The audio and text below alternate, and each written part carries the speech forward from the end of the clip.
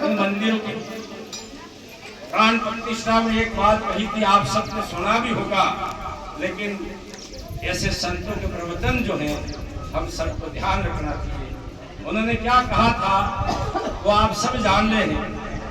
एक ऐसा वन था जिस वन में एक चंदन का वृक्ष खड़ा हुआ है।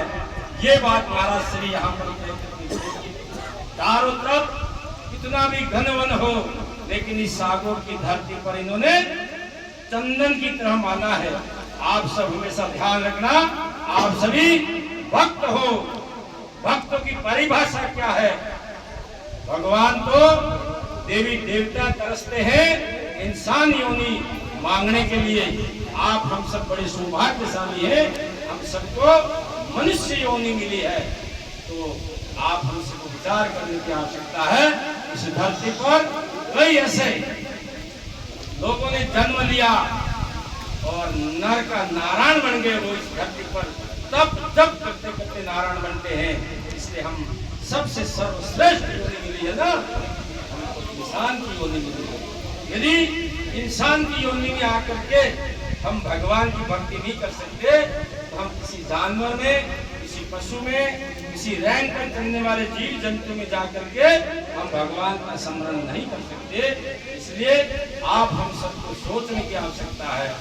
मृत्यु लोक में कई लोग आए और गए जिनका कोई अता पता नहीं है, लेकिन ऐसे महापुरुष पैदा हुए थे जिन्होंने धर्म के प्रति प्रचंड रूप में प्रचार प्रसार किया था और ऐसे कहीं के धार्मिक कार्यक्रम किए थे जिनका नाम आप हम सब रटते हैं, बजते हैं। देवापुरी महाराज जिन्होंने, मैं कह सकता हूँ, इस 5 जिलों के अंदर जनजाति लोगों के बीच में जाकर के एक धर्म के प्रति जन जागरण पैदा किया था।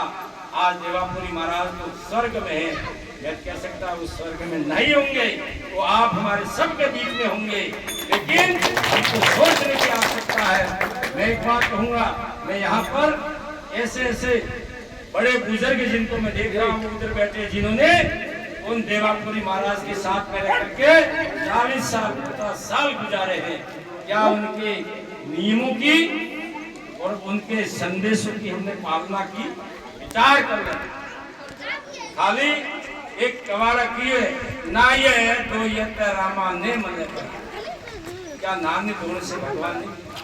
क्या हम नियम की पालना करें? क्या हम जितने संतों ने जो कहा था उसका अनुसरण कर रहे हैं? हम शिष्य बन गए।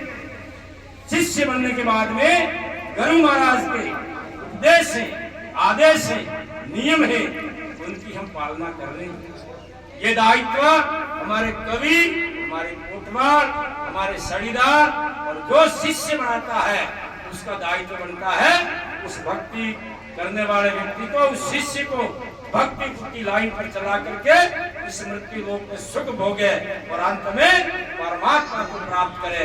तो क्या हम कर रहे हैं? ये हमें सोचने की बात है। रही बात, एक बात आऊंगा मैं, अभिवासी हम तो आप सबके शिष्य के रूप में काम कर रहे हैं, लेकिन मेरा तो आपसे गुजारिश है, आपको कहीं कहीं हमारे कवि कोटवाल को निर्देश भी देना पड़ेगा उपदेश के साथ, क्योंकि हम कहीं कहीं इस कलयुग में कई ऐसी तानाशाही आ रही है, कई ऐसे विचार आ रहे हैं, हम कहीं कहीं धर्म के रास्ते से भटक रहे हैं।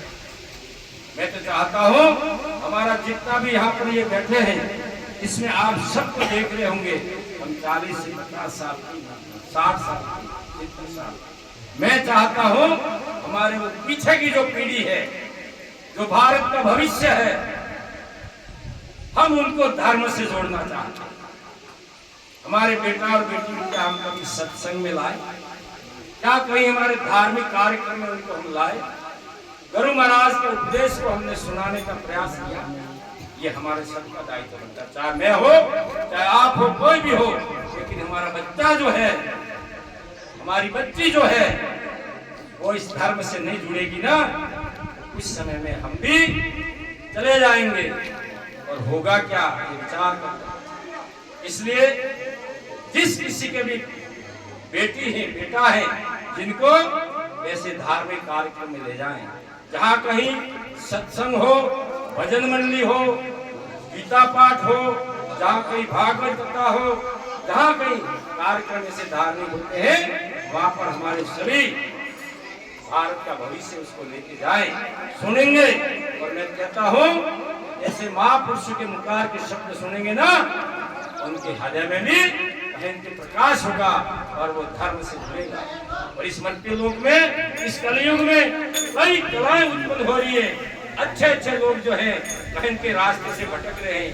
इसके भटकने का कारण ये है, हम कभी संत के चरण में नहीं गए, हम गुरु महाराज के चरण में नहीं गए, हम कहीं कहीं दूर रहे ताकि हमको वो ज्ञान प्राप्त नहीं हुआ। तो मैं चाहता हूँ आप जितने भी यहाँ पर हरिभक्त पधारे हैं, अपने अपने परिवार में, अपने अपने रिश्तेदार में, हमारे कुटुंब में, हम सब मिलकर के कहें ये धरती संत मावजी महाराज की है, जहाँ पर भगवान कृष्ण अवतारी संत अवतार लेता है। और इस धरती पर यदि हम उस धर्म के प्रति खड़े नहीं रहे तो फिर हमारा दुर्भाग्य समझना। मैं आज एक बात कह सकता हूँ, हरिद्वार में जहाँ भगवान कृष्ण ने गोकुल मथुरा में जहाँ अवतार लिया था, आज भी वो कृष्ण भगवान ने 5,500 वर्ष पहले जहाँ पर अवतार लिया था, उस धरती के लोग चलते फिरते उड़ते हमेशा भगवान कृष्ण का स्मरण करते हैं। हमारे यहाँ तो 321 साल हुए हैं भगवान कृष्ण ने अवतार लिया था महावजी के रूप में, हम भूल गए क्या? विचारणीय प्रश्न है। साथियों ज्यादा नहीं कहूंगा, आप हम सभी इस मृत्यु लोक में आए हैं, भगवान को भजो, स्मरण करो, ईमानदारी से काम करो और सत्य मार्ग पर चलो।